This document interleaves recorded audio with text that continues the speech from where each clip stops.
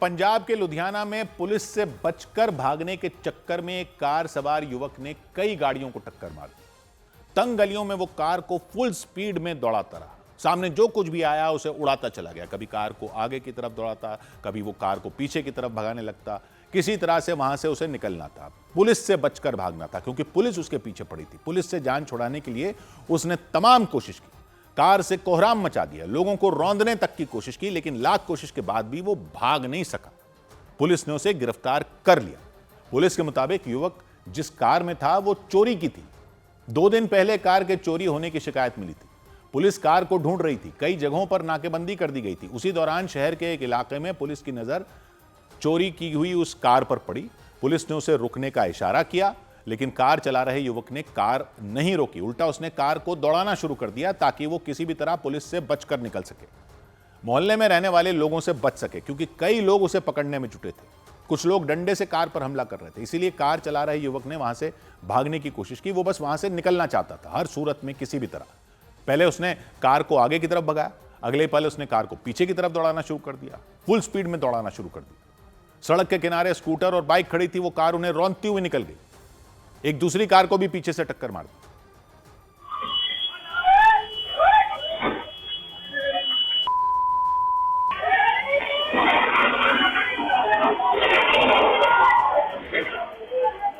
Police के मुताबिक लुधियाना के शिमलापुरी इलाके से कार चोरी होने की शिकायत मिली थी। सफेद रंग की उस कार को एक युवक चला रहा था।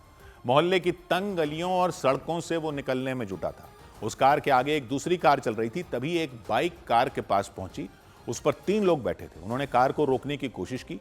पीछे से एक दूसरी बाइक भी पहुंच गई। उस पर 2 लोग थे। सभी ने मिलकर उस कार को घेर लिया।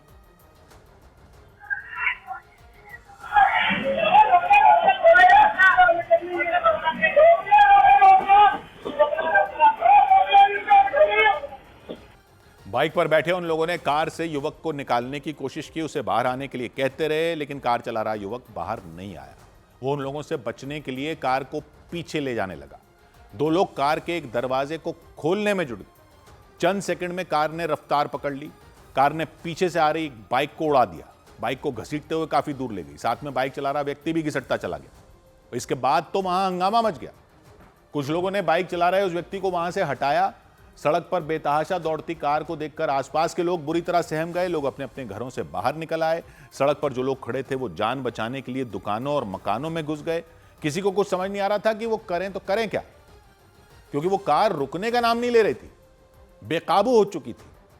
युवक कार को कभी आगे की तरफ दौड़ा रहा था, कभी उसे उल्टा ही भगा रहा था। कुछ लोगों ने कार पर डंडे बरसाने शुरू कर दिए, एक शीशा तोड़ दिया। कार चला रहा युवक रुकने के लिए लेकिन तैयार नहीं हुआ। वो कार को भगाता ही रहा, उसी तरह आगे पीछे दौड़ाता रहा। उसने लोगों को कुचलने की भी कोशिश की, आरोप लगाया गया। कुछ लोग जान बचाकर सड़क के किनारे खड़े हो गए। ऐसा लग रहा था जैसे वहां कोई फिल्म की शूटिंग चल रही हो। जो कुछ भी आया सामने, कार ने उसे उड़ा दिया। कई बाइक और स्कूटरों को रौंद दिया। सड़क किनारे खड़ी गाड़ियों को टक्कर मार दी। गाड़ियों को रौंदने के बाद एक बार फिर वो कार सड़क के बीचों बीच रुक गई। लोगों ने उसे फिर घेर लिया। कुछ लोग युवक को कार से बाहर खींचने लगे। उनके बीच हाथापाई होने लगी, लेकिन इसके बाद भी कार चला रहा युवक बाहर नहीं आया। तब तक पुलिस के लोग भी वहां पहुंच गए।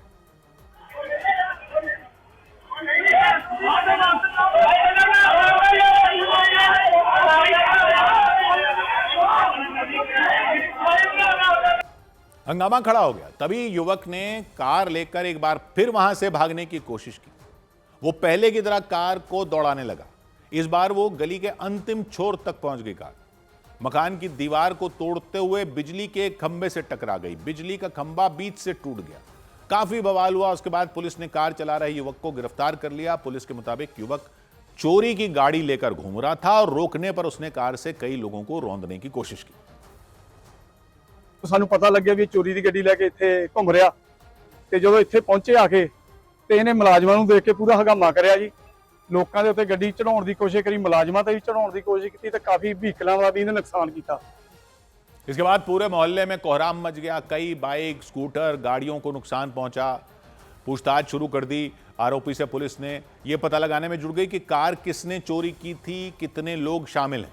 अमेरिका के ही अखबार द वॉल स्ट्रीट जर्नल के एक लेख पर डोनाल्ड ट्रंप भड़क गए।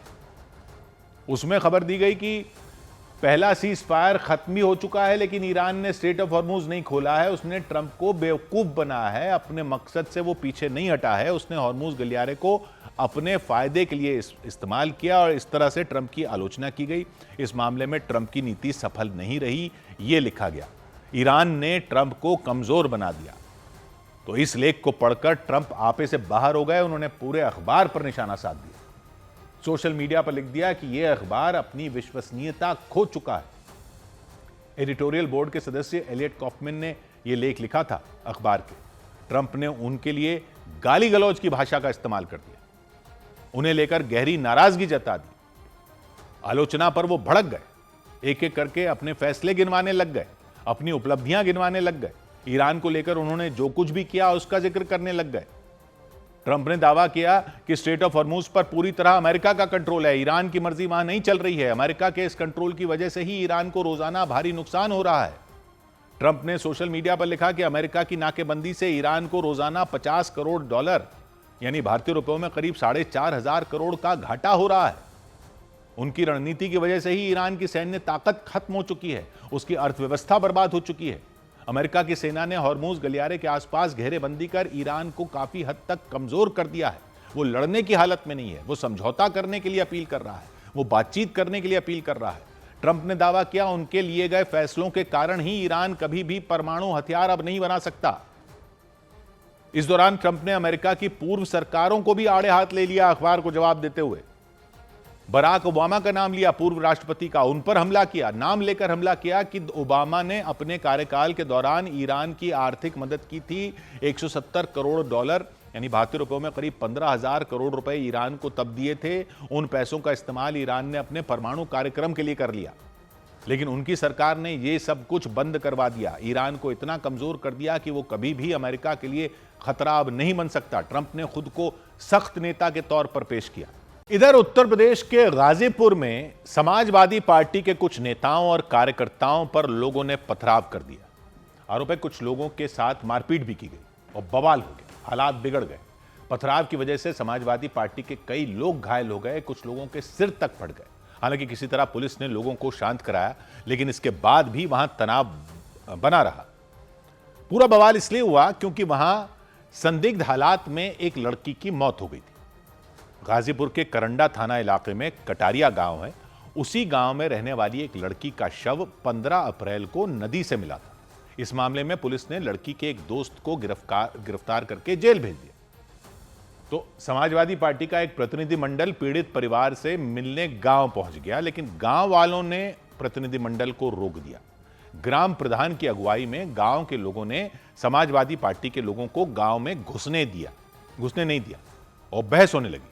हाथापाई तक नौबत आ गई। पुलिस वाले पहुंचे, लोगों को समझाने में जुटे रहे, लोगों को शांत कराते रहे, लेकिन हंगामा बढ़ता चला गया। उनके बीच मारपीट शुरू हो गई और अगले पल लोगों ने फिर पथराव शुरू कर दिया।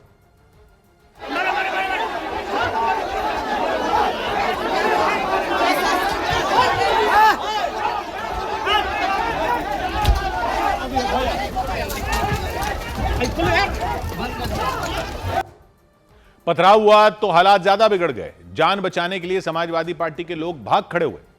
पुलिस के लोग भी अपना सिर बचाते नजर आए। जिसे जहां जगह मिली वो वहां छिप गया।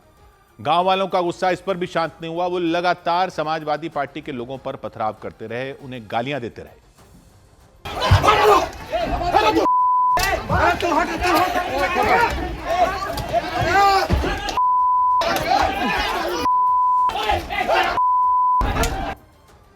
लोग पुलिस के सामने ईंट पत्थरों की बारिश करते रहे।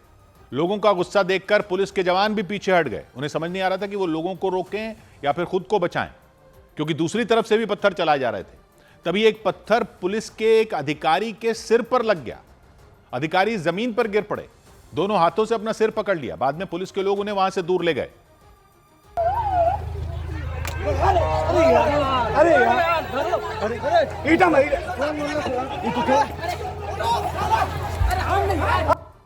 काफी देर तक हालात जस के तस बने रहे। आसमान से पत्थर बरसते रहे, हंगामा होता रहा, बवाल होता रहा। पुलिस के अधिकारी लोगों को समझाने में जुटे रहे, लेकिन उनकी बातों का किसी पर कोई असर होता नहीं दिखा।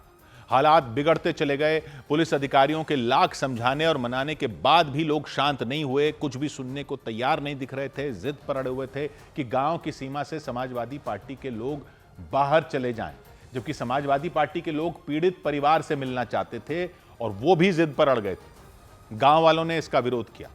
समाजवादी पार्टी के कार्यकर्ताओं को गांव से जाने के लिए कहते रहे, बार बार ये कहते रहे कि गांव से वो निकल जाएं।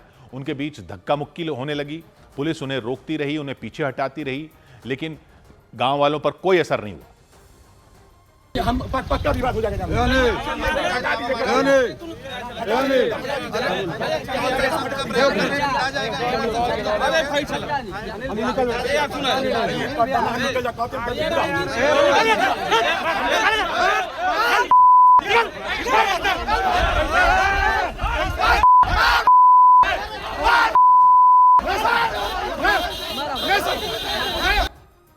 तो गांव के सारे लोग विरोध कर रहे थे या गांव के कुछ लोग विरोध कर रहे थे, ये तो साफ नहीं हो पाया, लेकिन जो विरोध कर रहे थे उनकी संख्या भी अच्छी खासी दिख रही थी। मारपीट शुरू हो गई, लोगों को घेर कर पीटना शुरू कर दिया गया। पुलिस के लोग उन्हें बचाने में जुटे रहे, लेकिन गांव वालों के गुस्से के आगे उनकी एक न चली। कोई घूंसा मारता दिखा, कोई लात चलाता नजर आया, एक आदमी चप्पल से उनकी पिटाई करता रहा। देखकर ऐसा लगा कि वो गांव वाले जो वहां पहुंचे थे वो उस व्यक्ति की जान ही ले लेंगे।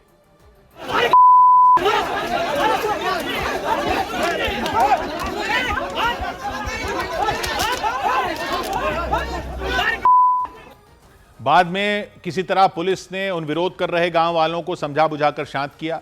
गांव में बवाल नहीं करने की अपील की गई, लेकिन वो जो विरोध कर रहे थे वो गांव वाले इस बात पर अड़े रहे कि भीड़ तभी हटेगी जब समाजवादी पार्टी के लोग गांव से चले जाएंगे। तो इतनी भीड़ में नहीं जाएंगे ना, आप दोनों तरफ खड़े कर रखे कैसे जाएंगे? इनकी भीड़ कैसे रुकेगी? मैं वो रुकवाऊंगा। आप लोग खड़े कर रखे। अच्छा ठीक है, रिकॉर्डिंग है ना? रिकॉर्डिंग इनके 15 नहीं 20 लोग नहीं, पहले आप भीड़ हटवाइए। हम हटवा रहे हैं, मैं हटवाने के लिए तैयार हूँ प्रशासन से भीड़। मैं कह रहा हूँ कि 20 साल सभी लोग हटा के 20 लोगों की टीम वहाँ बना के रखे और मैं एक आदमी रोड पर नहीं दिखेगा। लेकिन जब तक इतनी भीड़ रहेगी तब तक यहाँ से एक आदमी नहीं हटेगा। उनकी भीड़ हटवा के 20 आदमी बैठा दे, यहाँ पे एक आदमी रहेगा।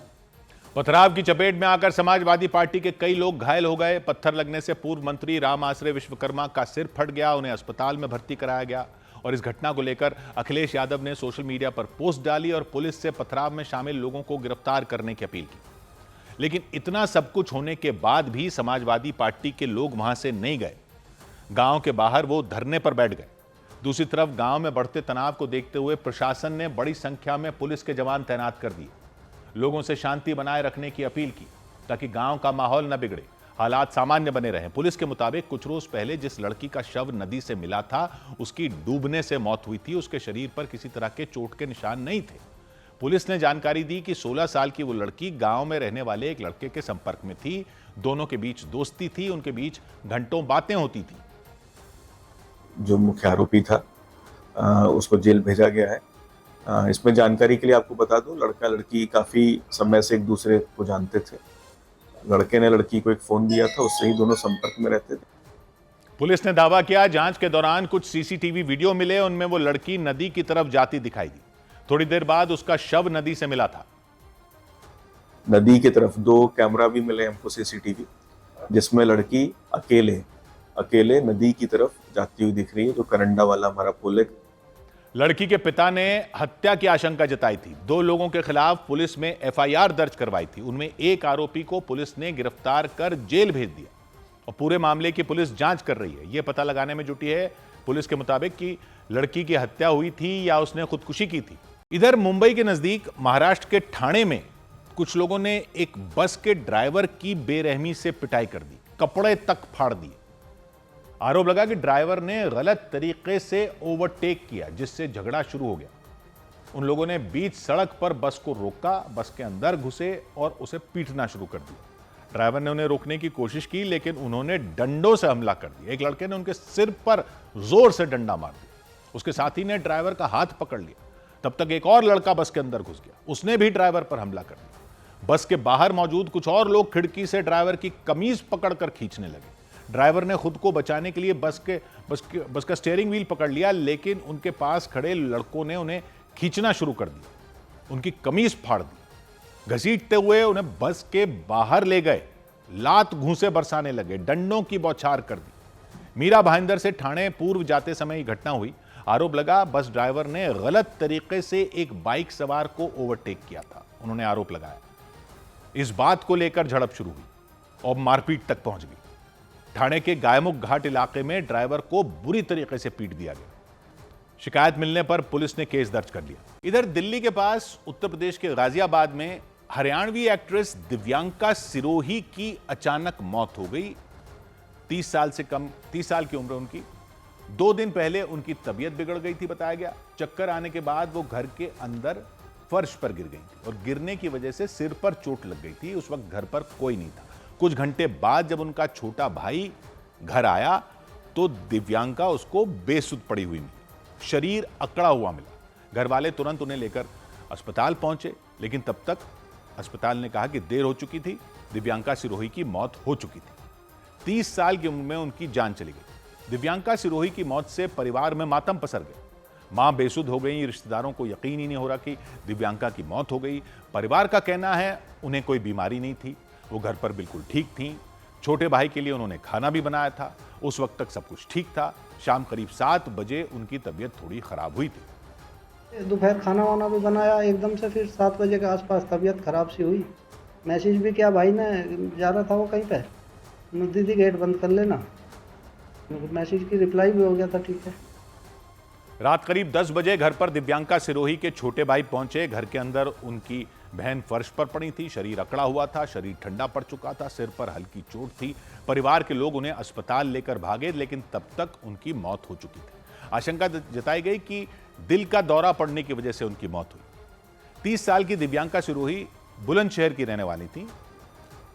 उनकी शादी नहीं हुई थी। गाजियाबाद के राजनगर एक्सटेंशन में रहती थी। उन्होंने 50 से ज्यादा हरियाणवी गानों में काम किया था, वीडियो में काम किया था। सोशल मीडिया पर भी वो काफी एक्टिव थी। उनकी मौत पर कलाकारों ने दुख जताया और उन्हें श्रद्धांजलि दी। उधर उत्तर प्रदेश के बदायूं में एक कार के पीछे कुत्ते को घसीट कर ले जाने वाले एक आरोपी को पुलिस ने गिरफ्तार कर लिया। पुलिस ने आरोपी के खिलाफ केस दर्ज कर लिया। पशुओं पर अत्याचार के लिए लगाई जाने वाली धारा के तहत केस दर्ज किया गया। गाड़ी भी जब्त कर ली गई जिसके पीछे बांधकर कुत्ते को घसीटा जा रहा था और कार चला रहे उस व्यक्ति ने क्रूरता की सभी हदें पार कर दी। सफेद कार सड़क पर तेज रफ्तार में दौड़ती नजर आई। उसके पीछे एक कुत्ता सड़क पर घिसटता हुआ नजर आया। उसका एक पैर गाड़ी में लगी रस्सी से बंधा हुआ था। गाड़ी तेज रफ्तार में उस सड़क पर दौड़ रही थी। गाड़ी के पीछे एक दूसरी कार भी नजर आई। कार में बैठे लोगों ने इसका वीडियो बना लिया। नंबर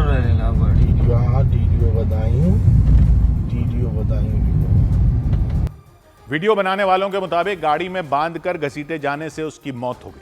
वीडियो सामने आते ही पुलिस ने आरोपी को गिरफ्तार कर लिया, उसके खिलाफ केस दर्ज किया और उसकी गाड़ी भी जब्त कर ली और जांच पूरी होने के बाद आरोपी के खिलाफ सख्त कार्रवाई किए जाने का भरोसा दिया। इधर महाराष्ट्र में एमएनएस पार्टी के प्रमुख राज ठाकरे के बेटे अमित ठाकरे की ऑटो टैक्सी ड्राइवरों को पीटने की धमकी के बाद वहां चल रहा यह भाषा विवाद और ज्यादा बढ़ गया। महाराष्ट्र सरकार ने वहां ऑटो और टैक्सी चलाने वाले लोगों के लिए मराठी भाषा का ज्ञान अनिवार्य करने का फैसला लिया है कि 1 मई से आरटीओ अधिकारी ड्राइवरों की मराठी समझने और बोलने की जांच करेंगे। परखा जाएगा उन्हें मराठी भाषा बोलनी, पढ़नी, लिखनी आती है या नहीं। जिन्हें नहीं आएगी उनका लाइसेंस रद्द करने तक की बात कह दी गई। यह भी कहा कि जिन ड्राइवरों को मराठी भाषा नहीं आती सरकार उन्हें सिखाने की व्यवस्था करेगी। लेकिन इस फैसले से ऑटो रिक्शा चालकों के कई संगठन नाराज हो गए। उन्होंने 4 मई से पूरे राज्य में आंदोलन शुरू करने की चेतावनी दे दी कि वो सड़कों पर उतरेंगे, विरोध करेंगे, सरकार को फैसला वापस लेने पर मजबूर करेंगे। लेकिन उनके इस विरोध प्रदर्शन की चेतावनी को लेकर किए गए एक सवाल के जवाब में अमित ठाकरे ने कह दिया कि अगर प्रदर्शन के दौरान मराठी भाषा बोलने वाले लोगों को परेशानी हुई तो एमएनएस कार्यकर्ता विरोध करने वाले लोगों को सड़कों पर पीटेंगे। त्याच्यामुळे ह्या आंदोलनाचा काही फरक पडणार नाहीये। फक्त मी एक सांगतो, आंदोलन संप करून करा तुम्ही। जर आमच्या लोकांच्या अंगावर आलात तुम्ही तर रस्त्यावर मारणार।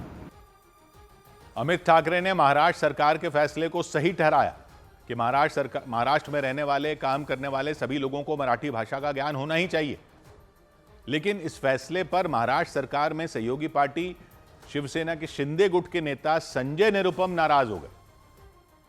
उन्होंने नाराजगी जाहिर की और आदेश को ज्यादती बताया। सोशल मीडिया पर लिखा कि मराठी भाषा का सम्मान जरूरी है, लेकिन इसे जबरन लागू करना गलत है। सभी ड्राइवरों से पढ़ने लिखने में पारंगत होने की अपेक्षा रखना ठीक नहीं। उन्होंने चेतावनी दी कि जरूरत पड़ी तो वो सड़क पर उतरेंगे। मतलब अपनी ही सरकार के फैसले के खिलाफ संजय निरुपम ने सड़क पर उतरने की चेतावनी दे दी। लेकिन संजय निरुपम की ये बात एमएनएस कार्यकर्ताओं को अच्छी नहीं लगी। वो सड़कों पर उतर आए। उन्होंने मुंबई के दहीसर इलाके में उस जगह प्रदर्शन किया जहां संजय निरुपम का एक कार्यक्रम होने वाला था।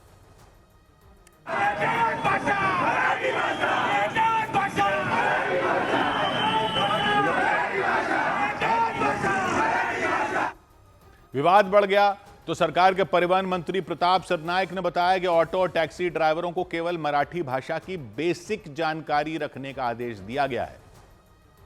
और हम ये नहीं आपको कहते कि आप जब मराठी में एमए कीजिए, पीएचडी कीजिए या और कुछ कीजिए, ऐसे तो नहीं बोलते। आपसे कुछ कविताएं लिख के नहीं हम मांग रहे, कुछ और साहित्य लिख के नहीं मांग रहे।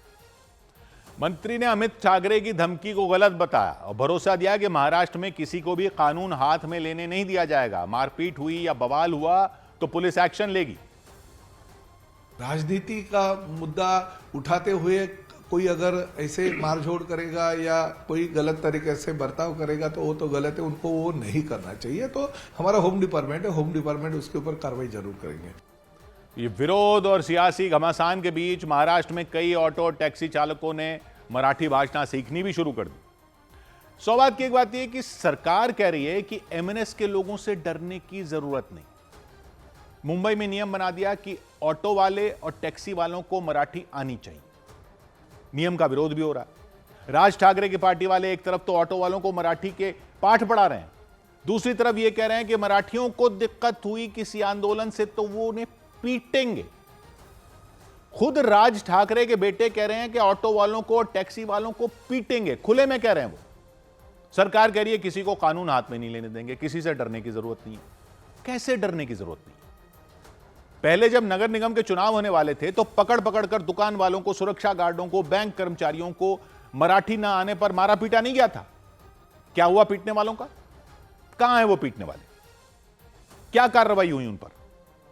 उनको कोई कानून का डर है?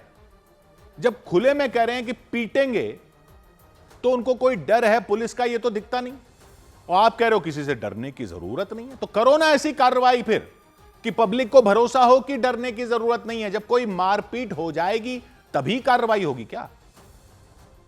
लेकिन पिछली भी जितनी बार मारपीट हुई तो ऐसी तो कोई कार्रवाई होती देखी नहीं पब्लिक ने।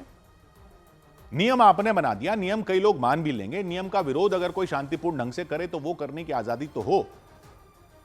पीट दे रहे हैं, पीट देंगे कह रहे हैं ना, वो तो पुलिस भी तो दिखाए कुछ कि लगे कि डरने की जरूरत नहीं है। सौ बात की एक बात, उधर उत्तर प्रदेश के मिर्जापुर में कई गाड़ियों के बीच टक्कर के बाद आग लग गई, उससे 11 लोगों की मौत हो गई। नेशनल हाईवे से एक ट्रक गुजर रहा था, उसका ब्रेक फेल हो गया, संतुलन बिगड़ गया। संतुलन बिगड़ते ही उसने 2 गाड़ियों को टक्कर मार दी, एक दूसरे ट्रक को भी टक्कर मार दी। टक्कर के बाद दोनों गाड़ियों में आग लग गई, सड़क पर चीख पुकार मच गई। गाड़ियों में सवार लोग अंदर फंसे रह गए, गाड़ियों से बाहर नहीं निकल पाए क्योंकि सड़क पर गाड़ियां आग में घिर गईं, जलने लगी। देखते ही देखते आग विकराल हो गई। आग की खौफनाक लपटें उठने लगी, वहां पर धधकती लपटें दहशत पैदा करने लगी। आसपास मौजूद लोग वहां पहुंच गए, आग बुझाने की उन्होंने कोशिश की, लेकिन आग बेकाबू हो गई। गाड़ियां जलकर राख हो गई, गाड़ियों का ढांचा तक नहीं बच पाया। गाड़ियों में बैठे लोगों को बाहर निकलने का मौका ही नहीं मिल पाया, लोग बुरी तरीके से झुलस गए। उनमें एक गाड़ी में सवार 4 बच्चों समेत 9 लोगों की जान चली गई, 4 बच्चे थे उनमें। दूसरी गाड़ी के चालक की जान चली गई। टक्कर मारने वाले ट्रक के कंडक्टर की, ट्रक के जो क्लीनर था उसकी जान चली गई। ट्रक का ड्राइवर गंभीर रूप से घायल हो गया। दर्दनाक हादसा मिर्जापुर के रमणगंज घाटी इलाके में हुआ। जानकारी मिलने पर पुलिस की टीम वहां पहुंची, दमकल विभाग की टीम पहुंची।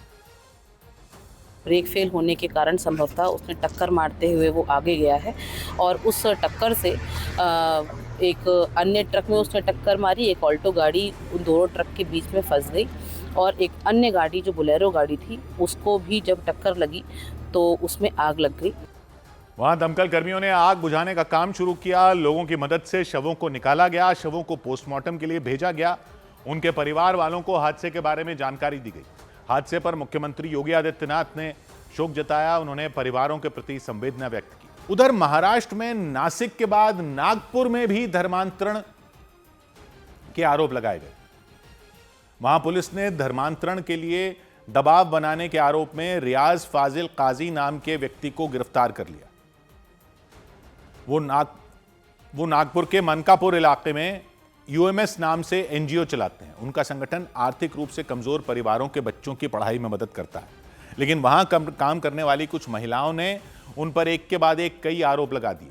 उन पर एनजीओ में काम करने वाली एक महिला ने शोषण का भी आरोप लगाया।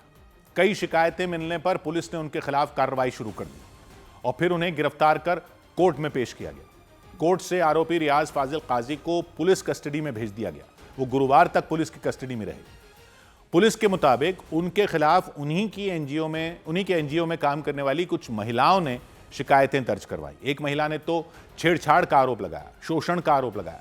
कई दूसरी महिलाओं ने शिकायत दर्ज करवाई कि वो मुस्लिम महिलाओं की तरह कपड़े पहनने का उन पर दबाव बनाते थे, इस्लाम को मानने का दबाव बनाते थे। बाकी लड़कियों का कहना यह है कि मुस्लिम चाली रीति के बारे में वो कुछ इन्फॉर्मेशन उनको देता था। वो लड़कियां मानती नहीं थी, फिर भी वो देता था। मामले की गंभीरता को देखते हुए महाराष्ट्र एटीएस भी इसकी जांच में जुट गई। पुलिस और एटीएस मिलकर रियाज फाजिल काजी और उनके एनजीओ की जांच कर रहे हैं। सूत्रों के मुताबिक इस बात की भी पड़ताल की जा रही है कि एनजीओ की फंडिंग कौन कर रहा था, पैसे कहां से आ रहे थे, कौन कौन लोग इससे जुड़े हुए थे। इस एनजीओ के अलावा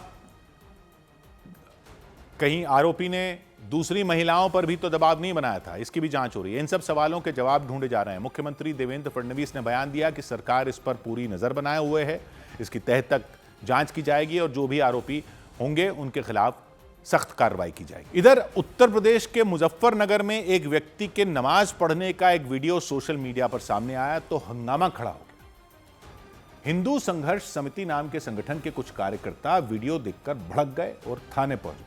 उन्होंने गिरफ्तारी की मांग की। गिरफ्तारी नहीं होने पर पुलिस को आंदोलन करने की चेतावनी दी। उन्होंने आरोप लगाया कि उस व्यक्ति का जबरदस्ती धर्म बदलवाया गया और फिर उसे मस्जिद में नमाज पढ़ने के लिए मजबूर किया गया। हालांकि जिन लोगों पर धर्म बदलवाने का आरोप लगाया गया उनकी तरफ से इस पर कोई जवाब नहीं आया, लेकिन पीड़ित व्यक्ति ने आरोप लगाया कि धर्म बदलने से मना करने पर उन्हें बुरी तरह पीटा गया, उनके कपड़े उतारकर उन्हें मारा गया। थाने में खड़े होकर पुलिस अधिकारियों के सामने उन्होंने एक एक बात बताई। भाई नंगा कर देगा मुझे 2-3 लाख चाहिए थे, भांग के लड़की के मारे उन्होंने मुझे नंगा करके मारा, घुमाया पूरी पल्ली घुमाया, नंगा कर दिया। पीड़ित व्यक्ति उत्तराखंड के हरिद्वार के रहने वाले बताए गए। मुजफ्फरनगर के भोपा थाना इलाके में भोकरहेड़ी गांव है। वहां अफसर नाम के व्यक्ति के घर पर वो रहते थे और उनका कहना है वो घरेलू काम करते थे। उन्होंने आरोप लगाया कुछ दिन पहले अफसर ने उनका जबरदस्ती धर्म बदलवा दिया था, मस्जिद में नमाज भी पढ़वाई थी। उनके मुताबिक उन्हें जबरदस्ती गोमांस तक खिलाया गया था। जिन्हें और चाचा अफसर ने मुसलमान बनाया और भाई तेल डालना मुसलमान बनाया, मारपीट करे, गाय का गोश्त खिलावे और पैसे देते मुझे। तो पुलिस के मुताबिक मस्जिद में पीड़ित के नमाज पढ़ने के कुछ वीडियो बनाए गए थे और सोशल मीडिया पर वो वीडियो वायरल हो गए। उन्हें देखकर हिंदू संघर्ष समिति के कुछ कार्यकर्ता भड़के और भोपा थाने पहुंच गए पीड़ित को लेकर। पुलिस के सामने पीड़ित ने सारी कहानी सुनाई, उसके साथ क्या क्या हुआ उसने अपने हिसाब से बताया, अपने मुताबिक बताया। नमाज पढ़ने वाले वीडियो भी पुलिस को दिखाए गए। हिंदू संघर्ष समिति के कार्यकर्ताओं ने उन सभी आरोपियों की गिरफ्तारी करने की मांग की जिन पर वो पीड़ित आरोप लगा रहे थे। पुलिस भी तुरंत एक्शन में आ गई। उसके खिलाफ अभियोग दर्ज किया गया है, जो नियमानुसार बीएनएस का तथा धर्मांतरण का अभियोग दर्ज किया गया है तथा उसे नियमानुसार गिरफ्तार करके जेल भेजने की कार्रवाई सुनिश्चित की जा रही है। मामले की जांच के लिए पुलिस की कई टीमें बना दी गईं ताकि इस पूरे मामले से पर्दा उठाया जा सके। उधर उत्तर प्रदेश के प्रयागराज में बीच सड़क पर स्टंट करने वाले एक आरोपी पर पुलिस ने कार्रवाई कर दी। उस व्यक्ति पर आरोप लगा कि उन्होंने बीच सड़क पर खतरनाक स्टंट किया और लोगों की जान खतरे में डाल दी। स्टंट के दौरान सड़क पर खड़े दूसरे व्यक्ति बुरी तरह डरे हुए दिखे। किसी तरह अपनी जान बचाकर भागे। हालांकि पुलिस ने तुरंत एक्शन लिया, आरोपी की पहचान की और कार सीज कर ली, क्योंकि उस कार में बैठे व्यक्ति ने बीच चौराहे पर स्टंट शुरू कर दिया। अपनी कार को गोल गोल घुमाने लग गए। देखते देखते उन्होंने रफ्तार तेज कर दी, गोल गोल घुमाते हुए कार को एक ही जगह पर घुमाना शुरू कर दिया। कार पर नंबर प्लेट तक नहीं थी। तभी वहां खड़े एक व्यक्ति खौफ से भर गए। इससे पहले कि वो कार की चपेट में आप आते हैं, उन्होंने दौड़ लगा दी, भागकर अपनी जान बचा ली। लेकिन कार चला रहे व्यक्ति तब भी नहीं रुके। वो फिल्मी स्टाइल में कार घुमाते रहे, काफी देर तक कार को गोल गोल दौड़ाते रहे। सड़क पर उसके पहियों के गहरे निशान हो गए। तो इस स्टंट के दौरान कई गाड़ियां वहां से गुजर रही थी। लोग हैरान होकर उस कार की तरफ देख रहे थे। हैरान करने वाला यह मामला प्रयागराज के सुभाष चौक का रहा। जानकारी मिलने पर पुलिस ने उस कार की तलाश तेज की। सीसीटीवी कैमरों की मदद से कार की पहचान की गई। स्टंट के दौरान उस कार पर नंबर प्लेट नहीं लगी थी, लेकिन पुलिस ने कार के पीछे लिखे नाम से उसे पकड़ लिया। आरोपी को दबोच लिया। पुलिस ने आरोपी के खिलाफ शिकायत दर्ज की और स्टंट में इस्तेमाल हुई वो कार जब्त कर ली। उधर बिहार की राजधानी पटना में दिन दहाड़े गहनों की एक दुकान से लाखों के जेवर लूटकर आरोपी फरार हो गए। इस घटना के बाद पूरे इलाके में हंगामा मच गया। आरोपी मोटरसाइकिल से वहां पहुंचे थे। उन्होंने हथियार दिखाकर गहने लूट ली। गहनों की दुकान के मालिक के साथ मारपीट की। पूरी घटना पटना के रामकृष्ण नगर इलाके में हुई और गहनों की उस दुकान के मोटरसाइकिल से उस दुकान पर मोटरसाइकिल से 5 आरोपी पहुंचे। सभी का चेहरा ढका हुआ था। दोनों आरोपियों ने हेलमेट पहना हुआ था। 3 आरोपियों ने अपना चेहरा कपड़े से ढका हुआ था। उनके चेहरे पर कपड़ा बंधा हुआ था। 2 आरोपी दुकान के बाहर रुके और 3 उस दुकान के पास पहुंचे। वहां पहले से कुछ लोग मौजूद थे जो गहने खरीद रहे थे। उनके साथ एक बच्चा भी था जो दरवाजे के पास खेलता नजर आया। तभी हेलमेट पहना एक आरोपी वहां पहुंचा। उसने कांच के दरवाजे को खोला और दुकान के अंदर चला गया। उसके 2 और साथी भी वहां पहुंचे। वो दुकानदार को धमकी देने लगे। तभी एक आरोपी ने अपनी जेब से पिस्तौल निकाल ली। वो दुकानदार को गोली मारने की धमकी देने लगा।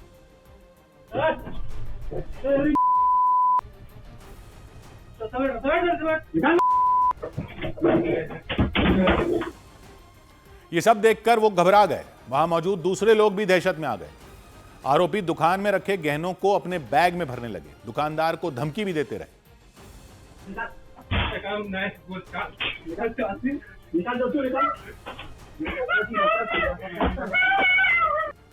इस दौरान उनका एक साथी बाहर निकल आया।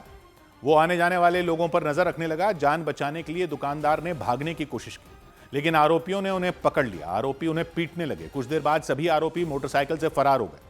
घटना के बाद वहां पुलिस पहुंची, दुकान का मुआयना किया, वहां मौजूद लोगों से पूछताछ की। 15 से 20 लाख के आसपास की डकैती हुई है। लगभग 3-3.5 किलो के आसपास चांदी रिपोर्ट कर रहे हैं और लगभग 100 ग्राम के आसपास सोना। पुलिस ने जल्द से जल्द आरोपियों को गिरफ्तार करने का दावा किया। लूटे हुए गहनों को भी जल्द बरामद करने का भरोसा दिया। उधर उत्तर प्रदेश के मथुरा में एक तेज रफ्तार कार ने एक लड़की को रौंद दिया, उसे टक्कर मार दी। घटना तब हुई जब वो लड़की अपने स्कूटर पर बैठी हुई थी। सड़क के किनारे खाने पीने की एक दुकान के सामने उसका स्कूटर लगा था। उसी दौरान लाल रंग की एक कार वहां पहुंची। स्पीड बहुत तेज थी, इतनी तेज कि उसने चंद सेकंड के अंदर स्कूटर को उड़ा दिया। कार की टक्कर से लड़की हवा में कई फीट उछलकर जमीन पर गिरी। कार ने पहले स्कूटर को रौंदा, फिर दुकान की दीवार से टकराकर पलट गई। सब कुछ इतना जल्दी हुआ कि स्कूटर पर बैठी उस लड़की को संभलने तक का मौका नहीं मिला। मथुरा के थाना हाईवे क्षेत्र की चंदनवन कॉलोनी के में 2 दिन पहले ही हुआ। शाम को करीब 4:30 बजे सड़क के किनारे एक दुकान है, उसी के सामने लड़की का स्कूटर लगा था। उसी पर वो लड़की बैठी हुई थी। लड़का भी वहां खड़ा था। दोनों बातचीत कर रहे थे। तभी सामने की तरफ से लाल रंग की कार वहां आई लहराते हुए। उसने तेजी से सड़क पर मुड़ी वो और कार स्कूटर पर बैठी लड़की की तरफ घूम गई। कार घूमी तो स्कूटर पर बैठी वो लड़की उठ गई, लेकिन भागने से पहले ही कार स्कूटर पर चढ़ गई। उसकी चपेट में वो लड़की भी आ गई। सामने की तरफ दुकान थी जिसकी दीवार से कार टकराई और पलट गई। तुरंत आसपास के लोग वहां पहुंच गए। तब तक कार का ड्राइवर वहां से भाग निकला। कार के पीछे भारतीय किसान यूनियन लिखा हुआ दिखा। प्रदेश अध्यक्ष पश्चिमी उत्तर प्रदेश लिखा नजर आया। भारतीय किसान यूनियन। पुलिस ने कार को कब्जे में ले लिया, मामले की जांच शुरू कर दी। दूसरी तरफ लड़की को अस्पताल पहुंचाया गया, जहां उसकी हालत नाजुक बताई गई। उधर हैदराबाद से उड़ान भरने वाले एक विमान में खराबी आई और उसके बाद उसमें सवार यात्रियों की जान हलक में आ गई। एयरलाइन कंपनी फ्लाई 91 के उस विमान ने हैदराबाद से उड़ान भरी थी। राजीव गांधी इंटरनेशनल एयरपोर्ट से रवाना हुआ था, कर्नाटक के हुबली जा रहा था। उसे हुबली एयरपोर्ट पर लैंड होना था, लेकिन हुबली के नजदीक पहुंचते ही उसमें तकनीकी खराबी आ गई। तकनीकी खराबी के कारण विमान के पायलट को लैंडिंग रोकनी पड़ गई। विमान करीब 4 घंटे तक आसमान में ही चक्कर लगाने को मजबूर हो गया और तेजी से हिलने लगा। उसमें सवार यात्री घबरा गए। विमान में बैठी एक महिला रोती नजर आई। वो अपने दोनों हाथ जोड़कर प्रार्थना करती दिखाई दी, दुआएं मांगने लगी। कुछ लोग तो डर कर चीखने चिल्लाने लगे। उन्होंने पूरी ताकत से अपनी कुर्सियों को पकड़ लिया।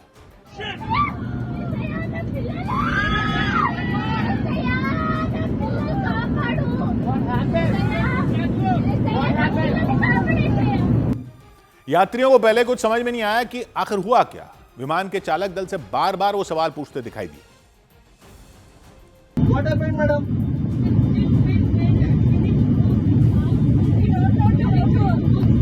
This is not the first time we are flying, but this is a very bad experience with us. विमान के अंदर काफी देर तक अफरा तफरी मची रही। चालक दल के सदस्य यात्रियों से न घबराने की अपील करते रहे, लेकिन यात्रियों की सांसें अटकी रहीं क्योंकि वो विमान करीब 4 घंटे तक हवा में ही घूमता रहा, लैंड नहीं कर पाया, आसमान में मंडराता रहा। परेशान होकर यात्रियों ने चालक दल से नजदीक के किसी एयरपोर्ट पर विमान को लैंड कराने की अपील की। काफी कोशिश के बाद भी विमान को हुबली एयरपोर्ट पर लैंड नहीं कराया जा सका। आखिर में उसे बेंगलुरु ले जाया गया। वहां केंपेगौड़ा इंटरनेशनल एयरपोर्ट पर उसकी सुरक्षित लैंडिंग कराई गई। उधर छत्तीसगढ़ के बिलासपुर में एक फरियादी को थप्पड़ मारने के आरोप में एक पुलिसकर्मी को सस्पेंड कर दिया गया। फरियादी विनोद जायसवाल अपने केस की जानकारी लेने के लिए बिलासपुर के रतनपुर थाना पहुंचे थे। उन्होंने वहां दिनेश तिवारी नाम के एएसआई से केस के बारे में पूछताछ की, अपने केस से जुड़ी जानकारी मांगी, जिससे वो नाराज हो गए। और आरोपों के मुताबिक एएसआई दिनेश तिवारी ने थाने में ही विनोद जायसवाल के साथ मारपीट की, उन पर थप्पड़ों की बरसात कर दी। पीड़ित ने उन पर गाली देने का आरोप लगाया, जेल भेजने की धमकी देने का आरोप लगाया।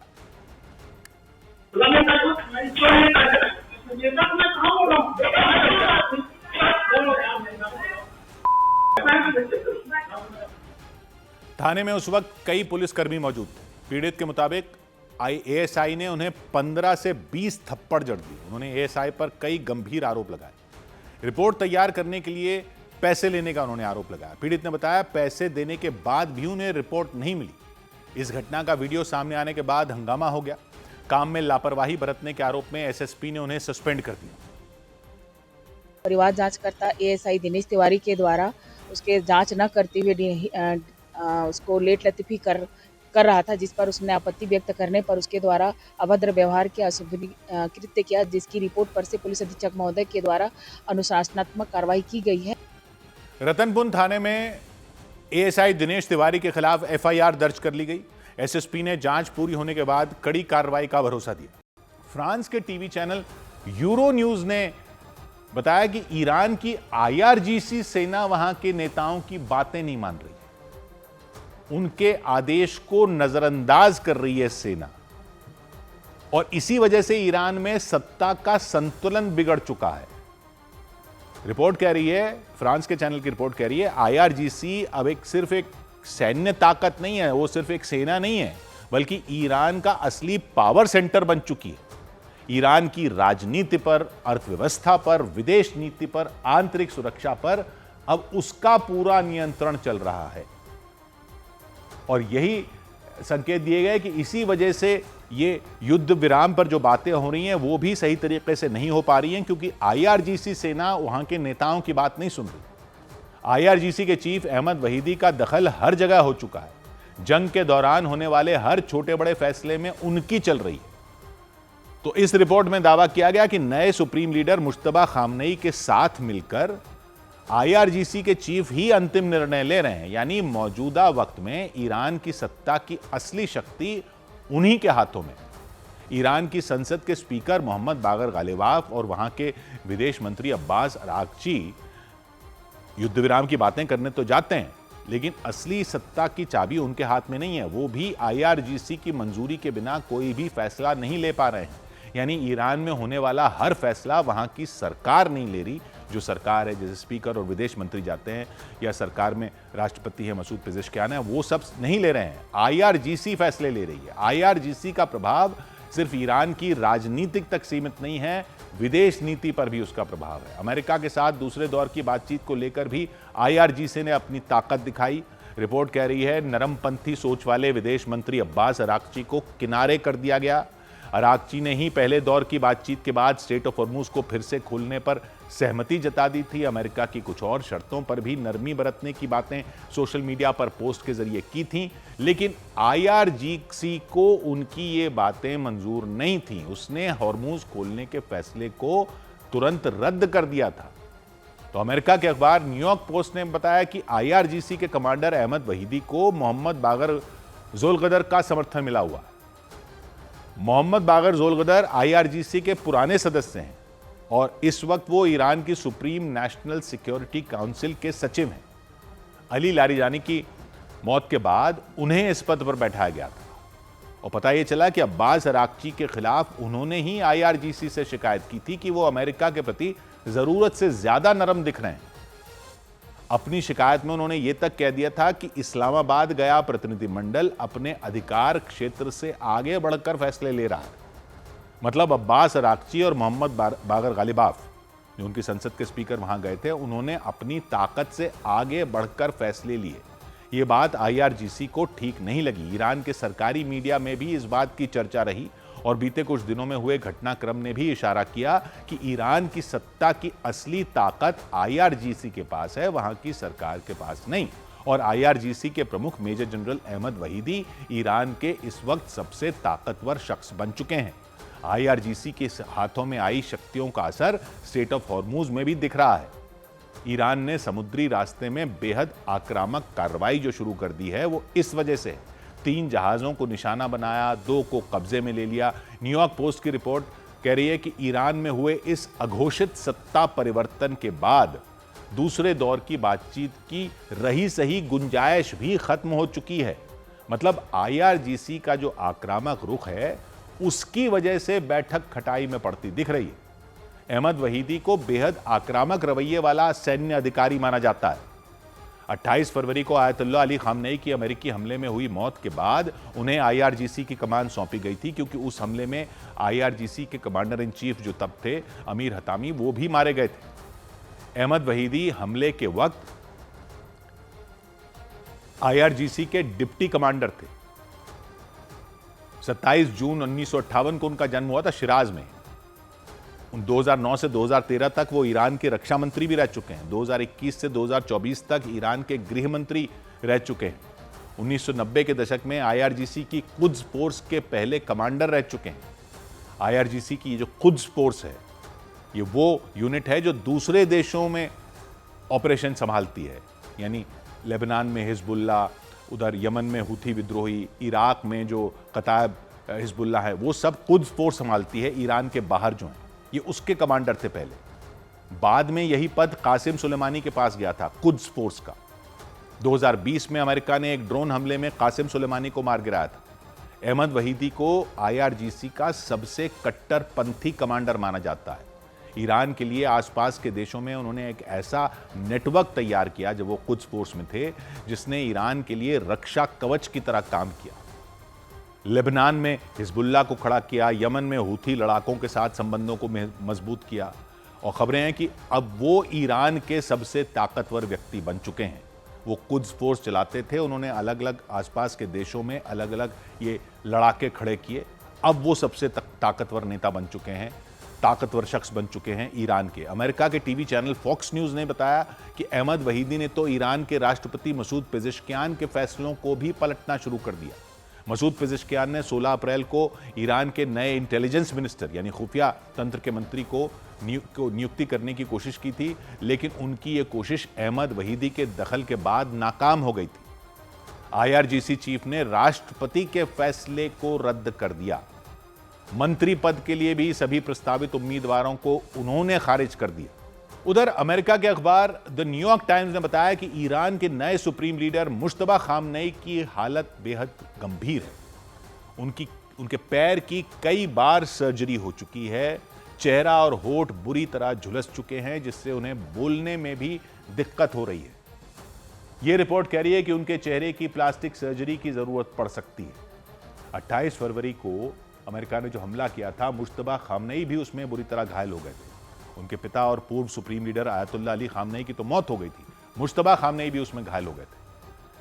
हालांकि ईरान ने सार्वजनिक तौर पर कभी यह नहीं माना कि मुश्तबा खामनेई की हालत नाजुक है या वो गंभीर रूप से घायल हैं। ईरान ने हमेशा दावा किया कि वो बिल्कुल ठीक हैं, सारे फैसले वो ले रहे हैं। IRGC के कुछ खास लोगों और सरकार के कुछ करीबियों के वो संपर्क में हैं, लेकिन द न्यूयॉर्क टाइम्स कह रहा है कि नए सुप्रीम लीडर की हालत नाजुक है, वो गंभीर रूप से बीमार हैं, घायल हैं। उनके पैर का 3 बार ऑपरेशन किया जा चुका है, लेकिन फिर भी पैर की हालत सुधरी नहीं है। उनके इलाज में जुटे डॉक्टरों ने नकली पैर लगाने का भी फैसला लिया है। अमेरिकी अखबार में बताया गया कि मुश्तबा खामनेई के चेहरे और होठ हमले की वजह से बुरी तरह झुलस गए थे। लंबे वक्त तक इलाज चला, लेकिन वो ठीक नहीं हो पा रहे हैं। होठों पर चोट की वजह से उन्हें बोलने में भी तकलीफ है। डॉक्टरों ने उनके चेहरे की प्लास्टिक सर्जरी करने की जरूरत बताई है। ये रिपोर्ट कह रही है मुश्तबा खामनेई ईरान में ही किसी गुप्त ठिकाने पर मौजूद हैं, वहां कुछ खास डॉक्टरों को ही जाने की इजाजत है। नए सुप्रीम लीडर का इलाज करने वाली डॉक्टरों की टीम में ईरान के राष्ट्रपति मसूद पेज़ेश्कियान को भी शामिल बताया गया, क्योंकि वो भी पेशे से एक डॉक्टर हैं, हार्ट सर्जन हैं वो। उनके साथ ईरान के स्वास्थ्य मंत्री और विशेष मेडिकल टीम लगातार उनकी निगरानी कर रही है। उधर अमेरिका की एक न्यूज वेबसाइट है पॉलिटिको, उसने दावा किया कि ट्रंप ने ईरान युद्ध में साथ नहीं देने वाले नेटो देशों को सजा देने का प्लान बनाना शुरू कर दिया है। ट्रंप सरकार ने नेटो देशों की एक लिस्ट बनाई है, जिसमें देशों को इस हिसाब से बांटा गया है कि किसने ईरान जंग में अमेरिका का साथ दिया, किसने नहीं दिया। पॉलिटिको में यह जानकारी दी गई कि ट्रंप सरकार के ही कुछ अधिकारियों के हवाले से यह जानकारी दी है। वेबसाइट कह रही है कि ट्रंप सरकार के अधिकारी उसके सूत्र हैं और वो बता रहे हैं कि यह लिस्ट नेटो चीफ के इसी महीने होने वाले अमेरिका के दौरे से पहले तैयार की गई। यानी ईरान जंग में साथ नहीं देने वाले नेटो देशों को ट्रंप बख्शने के मूड में नहीं है।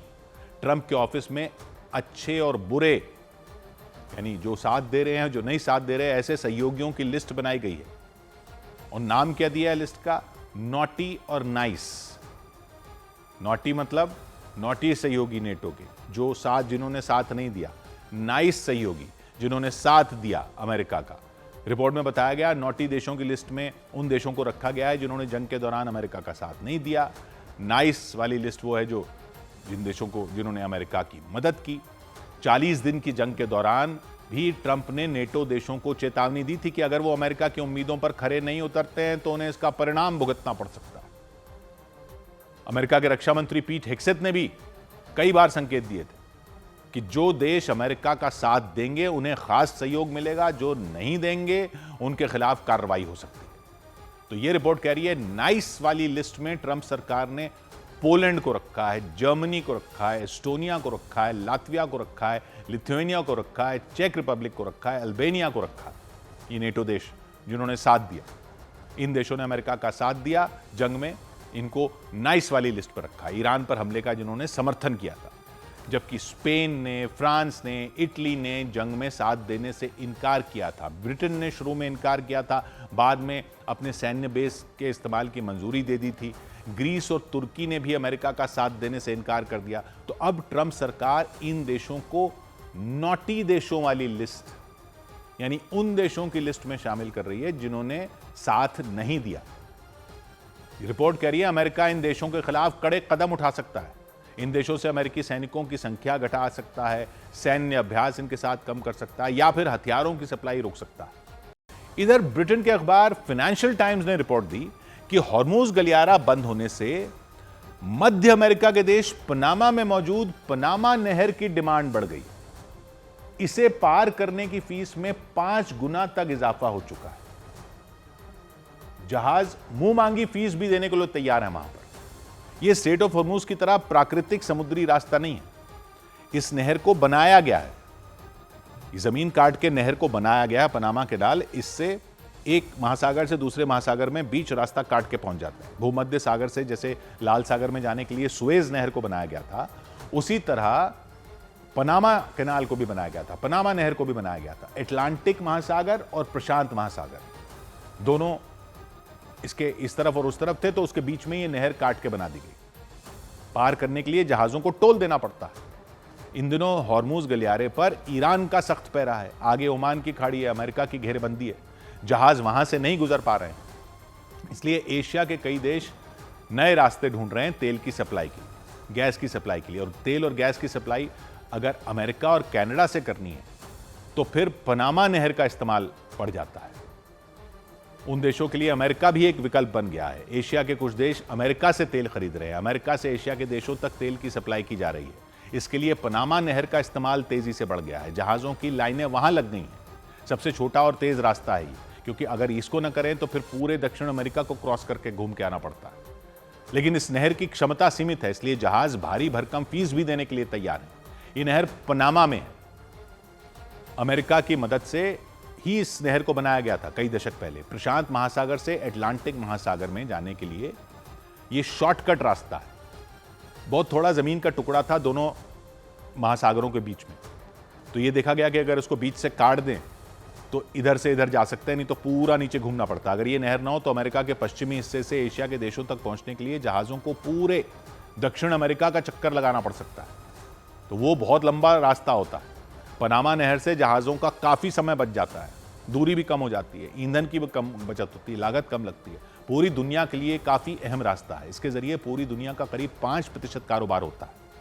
रोजाना कई जहाज गुजरते हैं। तेल और गैस के अलावा सब चीजों के जहाजों की वहां से गुजरते हैं, कई चीजों की सप्लाई होती है। तो रिपोर्ट कह रही है हॉर्मूज गलियारा बंद हुआ तो पनामा नहर पर भीड़ बढ़ चुकी है, क्योंकि अब अमेरिका से तेल लेना है तो फिर इस नहर का इस्तेमाल होना शुरू हो जाता है। ईरान युद्ध के कारण खाड़ी देशों के उत्पादन पर असर पड़ा है। सप्लाई चेन पूरी तरह टूट गई है। फारस की खाड़ी से जहाजों का आना बंद हो गया है। एशिया और यूरोप के देश अपनी तेल और गैस की जरूरत का बहुत बड़ा हिस्सा खाड़ी के देशों से ले रहे थे, तो उनकी परेशानी बढ़ी। तो रिपोर्ट कह रही है कई देशों ने पनामा नहर के रास्ते कारोबार तेज कर दिया, क्योंकि वो अमेरिका से तेल लेने लग गए, कनाडा से गैस लेने लग गए। इतने जहाज वहां आने लग गए कि उन्हें लंबा इंतजार करना पड़ रहा है। जहाजों को कभी कभी 4 दिन रुकना पड़ रहा है। पहले इतने जहाज वहां नहीं आते थे, लेकिन इन दिनों बड़ी संख्या में पहुंचने लगे हैं। भीड़ की वजह से पनामा नहर को पार करने की फीस बढ़ चुकी है, 5 गुना तक हो चुकी है। रिपोर्ट कह रही है एक जहाज को $8 लाख भारतीय रुपयों में करीब 7 करोड़ का टोल चुकाना पड़ रहा है। रेट बढ़ गए टोल के। कुछ जहाजों ने तो जल्दी गुजरने के लिए $40 लाख यानी 36 करोड़ रुपए भारतीय रुपयों में इतने तक खर्च कर दिए कि जल्दी नंबर लगा दें। पनामा नहर को पार करने के लिए कई गुना ज्यादा फीस थी। समंदर के जहाजों से जुड़ी खबर देने वाली ब्रिटेन की वेबसाइट लॉयड्स लिस्ट ने रिपोर्ट दी कि ईरान के 26 समुद्री जहाज अमेरिका की नाकेबंदी को चकमा दे चुके हैं। पिछले एक हफ्ते में हॉर्मूज गलियारे को वो पार कर चुके हैं। हालांकि अमेरिका का दावा है उसने ईरान तक जाने वाले या वहां से आने वाले जहाजों को पूरी तरह रोक रखा है। उसके तेल कारोबार को रोक रखा है, गैस कारोबार को रोक रखा है। लेकिन रिपोर्ट ये कह रही है कि ईरान के कई जहाज अमेरिका की नाकेबंदी को भेदने में सफल रहे, स्ट्रेट ऑफ हॉर्मूज से निकलने में सफल रहे और अरब सागर के रास्ते दूसरे देशों तक जाने में भी सफल रहे। वो भी तब जब अमेरिका ने हॉर्मूज गलियारे के बाहर सख्त पहरा लगा रखा है और ईरान के सभी बंदरगाहों पर नाकेबंदी कर रखी है। वहां से 12 से ज्यादा युद्धपोतों को वहां पर उसने तैनात कर रखा है, ताकि ईरान की तरफ जाने वाले या वहां से आने वाले किसी भी तरह के जहाज को रोका जा सके। रिपोर्ट बताती है ईरान ने अमेरिकी घेरेबंदी को चकमा देने के लिए अपनी शैडो फ्लीट का इस्तेमाल किया, गुप्त बेड़ा। इस गुप्त बेड़े का इस्तेमाल किया। शैडो फ्लीट में वो जहाज शामिल हैं जो अपनी पहचान छिपाकर समंदर में चलते हैं, अपने रेडार सिस्टम को बंद करके। पकड़े जाने से बचने के लिए वो अपने बारे में गलत जानकारियां ट्रांसमिट करते हैं। रेडार को जानकारी दूसरी मिलती है, तो इसलिए उसको शैडो फ्लीट कहा जाता है। जरूरत पड़ने पर वो अपनी लोकेशन बताने वाले सिस्टम को बंद कर देते हैं ताकि किसी को पता न चल पाए कि वो कहां पर है। ईरान की ये शैडो फ्लीट जो है, कहते हैं कई साल से एक्टिव है। अमेरिका के प्रतिबंधों से बचने के लिए ईरान इसका इस्तेमाल करता है और दुनिया के अलग अलग देशों को अपना तेल इसी के जरिए पहुंचाता है। रिपोर्ट कह रही है अमेरिका की नाकेबंदी के दौरान भी ईरान की शैडो फ्लीट के जहाज अपने काम में जुटे रहे। हॉर्मूज गलियारे के बाहर तैनात अमेरिकी सेना की आंखों में धूल झोंककर वो वहां से निकलने में कामयाब भी हो गए। एक हफ्ते में 2 दर्जन से ज्यादा, करीब 26 जहाजों के वहां से सुरक्षित निकलने का दावा किया गया रिपोर्ट में। हालांकि अमेरिका का कहना है कि वो नाकेबंदी के दौरान 20 जहाजों को लौटा चुका है, जो या तो ईरान के बंदरगाहों पर जा रहे थे या वहां से आ रहे थे। उधर न्यूज एजेंसी रॉयटर्स ने रिपोर्ट दी कि खाड़ी देशों ने तेल और गैस की सप्लाई के लिए हॉर्मूज गलियारे को बाईपास करने की तैयारी शुरू कर दी और दूसरे विकल्पों की योजना बना रहे हैं जहां से वो तेल की सप्लाई कर सकें और गैस की सप्लाई कर सकें, दूसरी चीजों की भी सप्लाई कर सकें। उन्हें फिर स्ट्रेट ऑफ हॉर्मूज पर पूरी तरह निर्भर ना रहना पड़े। अगर भविष्य में वो फिर से बंद हो गया या जंग की स्थिति बनी रही तो उनका कारोबार चलता रहे, उस हालत में रुके नहीं। तो ये रिपोर्ट कहती है कि खाड़ी देश इराक से तुर्की तक जो पाइपलाइन है उसकी क्षमता बढ़ाना चाहते हैं, इराक से जॉर्डन तक नई पाइपलाइन बिछाना चाहते हैं, कई दूसरी पाइपलाइनों का भी विस्तार करना चाहते हैं। ऐसी व्यवस्था करना चाहते हैं जिससे उनका व्यापार लगातार होता रहे, तेल का, गैस का किसी भी स्थिति में रुकावट पैदा ना हो। उनकी योजना है इस तरह की सप्लाई चेन बनाई जाए जो न सिर्फ हॉर्मूज गलियारे को बल्कि लाल सागर में मौजूद बाबल मंदीब को भी बाईपास कर दे। दूसरी तरफ बाबल मंदीब जहां पर हूथी लड़ाके, क्योंकि वहां हूथी लड़ाकों का खतरा है और वो ईरान के समर्थक माने जाते हैं, ईरान उनका समर्थक है, वो इलाका भी पूरी तरह सुरक्षित नहीं है, वहां से भी गुजरना खतरे से खाली नहीं, वहां भी हमला कभी भी हो सकता है। तो रिपोर्ट कह रही है स्ट्रेट ऑफ हॉर्मूज के बंद होने से खाड़ी देश पहले से ही भारी नुकसान में चल रहे हैं, उनका कारोबार बुरी तरह प्रभावित हुआ है, सैकड़ों जहाज फारस की खाड़ी में फंसे हुए हैं, हॉर्मूज गलियारे को पार नहीं कर पा रहे हैं। ऐसी हालत में उन्होंने पुरानी पाइपलाइनों की क्षमता बढ़ाने पर विचार करना शुरू कर दिया, क्योंकि दूसरा सामान लेकर जो जहाज वो तो समुद्र में अटके हुए हैं, लेकिन कम से कम तेल की सप्लाई पाइपलाइन से हो जाए। हॉर्मूज गलियारे को बाईपास करने के लिए एक योजना इराक से तुर्की तक पाइपलाइन के जरिए तेल पहुंचाने की। ये पाइपलाइन पहले से है, कई साल पहले बनी थी। इराक के किरकुक से शुरू होकर तुर्की के चहियान तक ये पाइपलाइन जाती है, करीब 1000 किलोमीटर लंबी है ये पाइपलाइन। इसकी क्षमता रोजाना 3 लाख बैरल तेल सप्लाई करने की है। तो इस प्लान के मुताबिक इसकी क्षमता बढ़ाई जा सकती है। इराक से ही एक दूसरी पाइपलाइन का भी प्रोजेक्ट है, कई साल से इसकी प्लानिंग चल रही है। ये पाइपलाइन इराक के बसरा से शुरू होगी और जॉर्डन के अकबा तक जाएगी। रिपोर्ट कहती है जॉर्डन के अकबा तक पाइपलाइन से तेल पहुंचाने के बाद वहां से अकबा की खाड़ी होते हुए तेल को लाल सागर में पहुंचाया जाएगा, फिर सुएज नहर होते हुए उसे भूमध्य सागर तक ले जाया जाएगा, वहां से यूरोप के देशों तक तेल की सप्लाई की जाएगी। रिपोर्ट कहती है इन पाइपलाइनों के जरिए उतनी सप्लाई तो नहीं हो सकेगी जितनी स्ट्रेट ऑफ हॉर्मूज से होती है, लेकिन कुछ हद तक उसकी भरपाई जरूर हो सकेगी, ऐसा अनुमान जताया गया। इस रिपोर्ट के मुताबिक हॉर्मूज गलियारा बंद होने से खाड़ी के छोटे देशों की हालत खराब है। कुवैत दबाव में है, कतर दबाव में है, बहरीन दबाव में है। वो चाहते हैं जल्द से जल्द कोई दूसरा विकल्प तैयार किया जाए। सऊदी अरब में एक पाइपलाइन बहुत पहले से है, ईस्ट वेस्ट पाइपलाइन। ये सऊदी अरब के पूर्वी हिस्से में अबकैक से शुरू होती है और लाल सागर के तरफ, दूसरी तरफ सऊदी अरब के यानबू बंदरगाह तक जाती है। इसी तरह यूएई में भी एक पाइपलाइन है, हबशान फुजैरा पाइपलाइन। ये अबू धाबी के हबशान नाम की जगह से शुरू होती है और एक बड़े हिस्से को पार करते हुए फुजैरा पोर्ट तक जाती है। तो फुजैरा पोर्ट ओमान की खाड़ी में है, स्ट्रेट ऑफ हॉर्मूज उसमें क्रॉस नहीं करना पड़ता। ओमान की खाड़ी के किनारे फुजैरा बंदरगाह तक पहुंच जाती है। फुजैरा सीधे ओमान की खाड़ी पर है, मतलब हॉर्मूज के गलियारे को पार करने के बाद आता है। वहां तक जमीन से तेल पहुंचाने के बाद उसे समुद्र के जहाजों के जरिए भेजा जा सकता है फुजैरा से। हॉर्मूज का गलियारा बाईपास हो जाता है। ये दोनों पाइपलाइनें बहुत पुरानी हैं, लेकिन इनकी कभी उतनी जरूरत नहीं पड़ी थी, हालांकि इनकी क्षमता भी सीमित ही है। खाड़ी के देश इन्हीं समस्याओं को दूर करने की योजना बना रहे हैं। इन पर काम शुरू हो गया है, तो अगले 5 साल में खाड़ी देशों के पास हॉर्मूज गलियारे के विकल्प पहले से कहीं ज्यादा हो जाएंगे। कई दूसरे रास्ते होंगे जहां से वो आसानी से तेल की सप्लाई कर सकेंगे। उधर अमेरिका के न्यूज चैनल फॉक्स न्यूज ने आसिम मुनीर को लेकर चौंका देने वाली एक रिपोर्ट दी कि अमेरिका के एक थिंक टैंक ने ट्रंप से अपील की है कि उन्हें आसिम मुनीर से सतर्क रहना चाहिए, उन पर बिल्कुल भी भरोसा नहीं करना चाहिए। डोनाल्ड ट्रंप कई बार आसिम मुनीर की तारीफ कर चुके हैं, उनकी पीठ थपथपा चुके हैं, उन्हें अपना फेवरेट फील्ड मार्शल बता चुके हैं। लेकिन अमेरिका के इस थिंक टैंक का मानना है कि पाकिस्तान के आर्मी चीफ भरोसे के लायक नहीं है, ऐसा इस रिपोर्ट में बताया गया। आसिम मुनीर पर ट्रंप को आंख मूंदकर भरोसा नहीं करना चाहिए, उनसे सावधान रहना चाहिए। रिपोर्ट में लिखा कि आसिम मुनीर का ईरान के साथ पुराना और गहरा रिश्ता रहा है। वो सेना प्रमुख बनने से पहले भी ईरान के कई बड़े अधिकारियों और नेताओं के संपर्क में थे। पाकिस्तानी सेना की कमान हाथ में लेने से पहले आसिम मुनीर वहां की खुफिया एजेंसी ISI का जिम्मा संभालते थे। पाकिस्तान की सेना के खुफिया विभाग के प्रमुख रह चुके हैं। तो रिपोर्ट बताती है इन पदों पर रहते हुए आसिम मुनीर ने बीते 10 साल में ईरान के साथ करीबियां बढ़ाई थी। उन्होंने ईरान की IRGC सेना के बड़े अधिकारियों से संपर्क रखा था, वहां के नेताओं से संपर्क रखा था। तो कहा जाता है आसिम मुनीर और कासिम सुलेमानी के बीच भी अच्छी बातचीत होती थी। कासिम सुलेमानी को ईरान के सबसे ताकतवर चेहरों में गिना जाता था। जनवरी 2020 में अमेरिका ने ड्रोन हमला करके उनको मार गिराया था। वो कुद्स फोर्स के प्रमुख थे। कुद्स फोर्स IRGC सेना का ही हिस्सा है जो दूसरे देशों में खुफिया ऑपरेशन चलाने के लिए जानी जाती है। जो ये हिजबुल्ला उधर लेबनान में या हूथी विद्रोही यमन में, ये इन सबको समर्थन देने के लिए कुद्स फोर्स है। ईरान के बाहर लड़ाकों को समर्थन देने के लिए कुद्स फोर्स है। उसके प्रमुख थे कासिम सुलेमानी। उनको ट्रंप अमेरिका का दुश्मन मानते थे, इसीलिए उन्होंने अपने पहले कार्यकाल में सुलेमानी की हत्या करवा दी थी।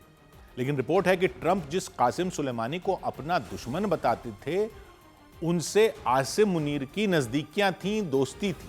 इसीलिए डोनाल्ड ट्रंप को मुनीर से सतर्क रहने की चेतावनी दी गई। अमेरिका के थिंक टैंक FDD के एक अधिकारी बिल रोजियो ने यह चेतावनी दी। उन्होंने साफ किया कि पाकिस्तान के इतिहास को देखा जाए तो उस पर भरोसा नहीं किया जा सकता। बिल रोजियो ने अफगानिस्तान युद्ध की भी याद दिलाई कि तब पाकिस्तान एक तरफ तो अमेरिका से मदद ले रहा था, दूसरी तरफ तालिबान का साथ दे रहा था, यानी एक साथ दोनों नावों की सवारी कर रहा था। बिल रोजियो ने शक जताया कि आसिम मुनीर वही पुराना खेल फिर खेल रहे हैं, दो नावों की सवारी कर रहे हैं। मतलब एक तरफ तो मध्यस्थता के नाम पर अमेरिका से करीबी बढ़ा रहे हैं, दूसरी तरफ गुपचुप तरीके से ईरान को फायदा पहुंचा सकते हैं। तो अमेरिका के इस थिंक टैंक ने IRGC के साथ आसिम मुनीर की नजदीकियों को भी शक की नजर से देखा। उसने आशंका जताई कि मुनीर पर भरोसा करना ट्रंप सरकार के लिए खतरे का सबब बन सकता है। सौबात की एक बात यह कि ईरान युद्ध के बीच जो ये UAE ने पाकिस्तान से अपना कर्जा वापस मांग लिया, ये सिर्फ उतने तक की खबर नहीं है। ईरान युद्ध ने खाड़ी देशों के 2 नए गुट बना दिए हैं, ये दिख रहा है, और ईरान इसमें तीसरा है। 2 नए गुट बने हैं। पहले तो ईरान वाला गुट था, यानी इस्लामी देश अब कोई एक सिंगल धड़ा नहीं दिख रहा। पहले तो इस्लामी देशों के एक धड़े में भी 2 गुट दिखते थे, वो शिया सुन्नी की दूरियों वाले दिखते थे। एक तरफ शिया ईरान इस्लामी देशों का लीडर खुद को दिखाना चाह रहा था, दूसरी तरफ सऊदी अरब दिखाता था सुन्नी लीडर अपने आप को। लेकिन अब ऐसा नहीं दिख रहा है कि सुन्नी देशों का कोई एक गुट है। ये जो नई तस्वीर बन रही है इस्लामी देशों की, उसको समझने की जरूरत है। UAE ने पाकिस्तान से युद्ध के बीच में ही पैसा वापस मांग लिया, जबकि सबको पता है पाकिस्तान पैसा देने की हालत में नहीं है। तो फिर क्यों मांग लिया? पहले तो नहीं मांग रहा था, यानी दूरियां काफी सीरियस लेवल पर पहुंच चुकी हैं। और फिर सऊदी अरब ने पाकिस्तान को पैसा दिया UAE का कर्जा चुकाने के लिए। तो सवाल तो उठना ही था कि दूरियां असल में UAE की पाकिस्तान के साथ बढ़ी हैं या UAE और सऊदी अरब ही दूर हो चुके हैं। आधिकारिक तौर पर तो कहा जा रहा है कि UAE ने अपना पैसा मांगा, पाकिस्तान ने तुरंत चुकाने का फैसला कर लिया। लगभग $350 करोड़ का कर्ज था जो UAE ने पाकिस्तान को दे रखा था 1996 में। 30 साल पहले $45 करोड़ दिया, फिर 8 साल पहले भी 2018 में $200 करोड़ दिया, 2023 में 3 ही साल पहले $100 करोड़ और दिया, पूरा 350 करोड़ वापस मांग लिया। इतने साल तक देता रहा, पूरा एक साथ वापस मांग लिया युद्ध के बीच में। पहले ये लोन हर साल रोल ओवर हो जाते थे, मतलब पाकिस्तान कहता था कि अभी नहीं दे सकते, तो UAE कहता था कि ठीक है बाद में दे देना, रोल ओवर हो जाता था। जरूरत पड़ी तो और दे देता था। $100 करोड़ तो अभी 2023 में दिए, जबकि पिछले $250 करोड़ पाकिस्तान दे नहीं पा रहा था, तब $100 करोड़ और दे दिए थे। IMF जो अंतर्राष्ट्रीय संस्था है जो मदद करती है जो आर्थिक संकट में देश होते हैं, IMF इंटरनेशनल मॉनेटरी फंड, वो जो पाकिस्तान को मदद किए जा रहा था वो भी इसी भरोसे पर दे देता था कि यूएई तो अभी पैसा वापस मांगेगा नहीं। उसको पता था यूएई का कर्ज है, लेकिन वो दे देता था कि यूएई अभी पैसा नहीं मांगेगा। लेकिन इस साल यानी 2026 की शुरुआत में ही यूएई ने पाकिस्तान को झटका दे दिया कि आगे रोल ओवर सिर्फ 1 महीने का देंगे, उससे ज्यादा लेट नहीं कर सकते किस्त चुकाने में, और ब्याज रख दिया 6.5%, जबकि पाकिस्तान 3% का ब्याज का रेट रखने की गुजारिश कर रहा था। तो संकेत तो यूएई ने युद्ध से पहले ही दे दिए थे, इस साल की शुरुआत में ही दे दिए थे कि अब वो पाकिस्तान पर और मेहरबान नहीं रहने वाला। फिर अप्रैल में तो पूरा ही पैसा तुरंत वापस मांग लिया, पूरा, और साथ में $130 करोड़ के यूरो बॉन्ड भी हैं, यानी टोटल $480 करोड़। तो पाकिस्तान के पास पड़े ही 1650 करोड़ थे। उसके विदेशी मुद्रा भंडार में 1650 करोड़, 350 ये मांगना। आईएमएफ ने शर्त रखी हुई थी कि जून तक विदेशी मुद्रा भंडार कम से कम $1800 करोड़ रखना है, कर देना, मतलब 1650 था, उसको बढ़ाकर 1800 करना था, ये टारगेट था वो, और इसने और मांग लिए। यानी वो पहले ही टारगेट से नीचे चल रहा था, ऊपर से जंग हो गई तो और नुकसान ही होना था आगे। इस माहौल में यूएई ने बोल दिया कि उसका पैसा वापस लाओ, तो पाकिस्तान का तो कंगाली में ही आटा गीला हो गया। तो यह हो क्या रहा है? यूएई 30 साल तो पैसे दिए जा रहा था, अब जब पाकिस्तान बुरी तरह फंसा हुआ है तो सारे पैसे वापस मांग लिए। उसके पीछे एक तो यह बताया जा रहा है कि यूएई पर ईरान ने जो हमले किए उसमें पाकिस्तान ने कुछ नहीं बोला, ईरान की निंदा नहीं की उस तरीके से जैसे यूएई चाह रहा था। यूएई को पाकिस्तान की यह न्यूट्रल पॉलिसी पसंद नहीं आई। फिर यह देखा गया कि दोनों देशों के बीच आधिकारिक मुलाकातें भी कम होती चली गईं। पिछले साल पाकिस्तान ने सऊदी अरब के साथ एक रक्षा समझौता कर लिया था, जिसे वो इस्लामी नेटो कहा जा रहा था ना, कि एक पे हमला हुआ तो दोनों पे हमला माना जाएगा। तो एक तो सीधा आकलन ये लगाया जा रहा है कि यूएई को पाकिस्तान का सऊदी अरब के ज्यादा करीब जाना और ईरान मुद्दे पर चुप रहना विश्वासघात लगा। और फिर यूएई ने पैसा मांगा तो सऊदी अरब ने तुरंत $300 करोड़ की नई मदद भी दे दी पाकिस्तान को, और पुराना $500 करोड़ जो सऊदी अरब का लोन था वो भी 3 साल और बढ़ा दिया। यूएई और सऊदी अरब के बीच पहले से यमन को लेकर तनाव चल रहा है। यमन में दोनों साथ थे ईरान के खिलाफ। यमन में ईरान ने वहां की सरकार के खिलाफ, यमन की सरकार के खिलाफ विद्रोही खड़े किए, हूथी विद्रोही, वो शिया लड़ाके। तो यूएई और सऊदी अरब वहां ईरान के हूथी लड़ाकों के खिलाफ एक थे, वहां की सरकार की मदद करने के लिए साथ आ गए थे। लेकिन फिर दोनों के बीच दरारें पड़ गईं। क्यों पड़ गईं? क्योंकि यूएई दक्षिण यमन को एक अलग देश बनाने की मांग करने वाले संगठन के समर्थन में आ गया था कि दक्षिणी यमन अलग कर दो। पहले भी किसी जमाने में अलग हुआ करता था दक्षिणी यमन, तो यूएई का कहना था कि दक्षिणी यमन यह अलग कर दो, जबकि सऊदी अरब पूरा यमन एक ही रखना चाहता था। तो यह दरार उन दोनों में पड़ गई थी। फिर यूएई अलग हो गया यमन के ऑपरेशन से। लेकिन ईरान युद्ध ने यह दरार और चौड़ी कर दी। मतलब खाड़ी के दो भाई जो कहे जाते थे, यूएई और सऊदी अरब, अब एक दूसरे से अलग रास्ते पर निकल पड़े हैं।